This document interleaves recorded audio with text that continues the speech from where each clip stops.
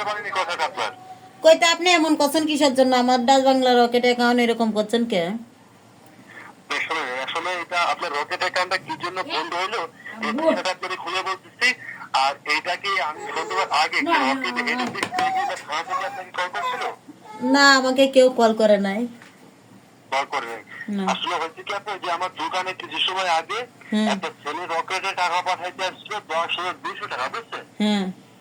তা ওই ছেলেটা যে রকেট পার্সোনাল নাম্বার দিচ্ছে, ওই ছেলেটার ওই নাম্বারটাকে টাকাটা পাঠাই দেওয়া হয়েছে। কিন্তু যে আমার পরবর্তীতে আমার দোকানে নগদ টাকা দিতে গিয়ে এই নগদ টাকার ভিতরে আমার দোকানে 4500 টাকা যা টাকা লেনদেন করে চলে গেছে ওই ছেলেটা, বুঝছেন? হ্যাঁ। তার পরবর্তীতে যখন যাওয়া টাকাটা ধরা পড়ছে, আমার ছোট ভাইরে বলছে ছেলেটা যে নাম্বারে টাকা পাঠাচ্ছে ওই নাম্বারটা দিয়ে রকেট হেড অফিসে এবং নিকটবর্তী থানাতে যা টাকা জিডি মামলা দিতে বলা হয়েছে। কিন্তু এখানে আমার ছোট ভাই ভুল করে যে ছেলেটার নাম্বারটা আর আপনার নাম্বারটা সেম টু সেম ডিজিটের নাম্বার ছিল, হুম। কিন্তু আপনার নাম্বারটা তো আপু লাস্ট নাম্বারটা তো 258 আর ওই ছেলেটার নাম্বারটা ছিল আপু 825, বুঝছেন? হ্যাঁ।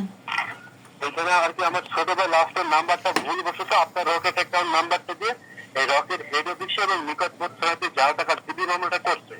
এখন এই আপনার নাম্বারটা দিয়ে যা টাকা জিডিটা পাওয়ার কারণে রকেট হেড অফিস থেকে আপনার রকেট অ্যাকাউন্টটা বন্ধ করে রাখছে। এই মুহূর্তে আপনার রকেট অ্যাকাউন্টে নতুন করে জয়েন করে টাকা পয়সা পাঠাইলে পারে হ্যাঁ। ওই টাকা পয়সা আপনার রকেট অ্যাকাউন্টে ঢুকবে না। আর যে কোনো টাকা পয়সা রকেট অ্যাকাউন্টে জমা থাকে সেই টাকাটা তুলতে পারবেন না। শুধু আপনার রকেট অ্যাকাউন্টে ব্যালেন্সটা চেক করতে পারবেন।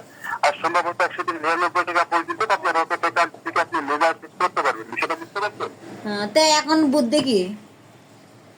জি, এখন কি করব? ওটাকে আপনি কি রকেট হেড অফিসে ব্যাংকে যদি যা টাকা বিলটা তুলে চালু করতে পারবেন নাকি আপনার রকেট অ্যাকাউন্টটা?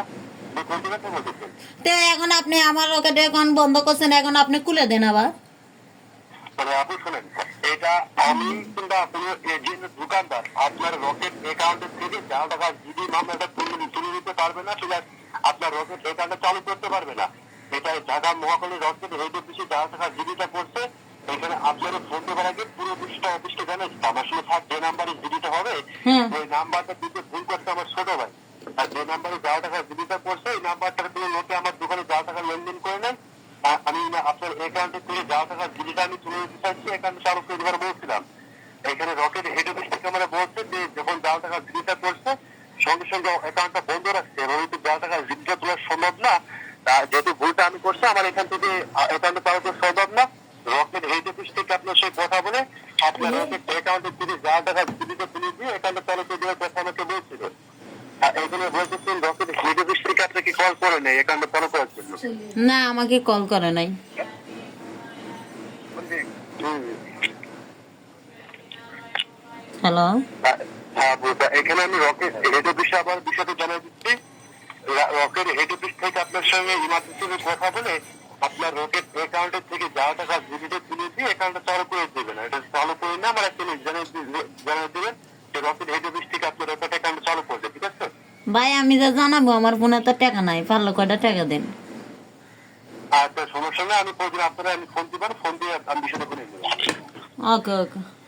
আচ্ছা, ভালো থাকবেন, আসসালামু আলাইকুম।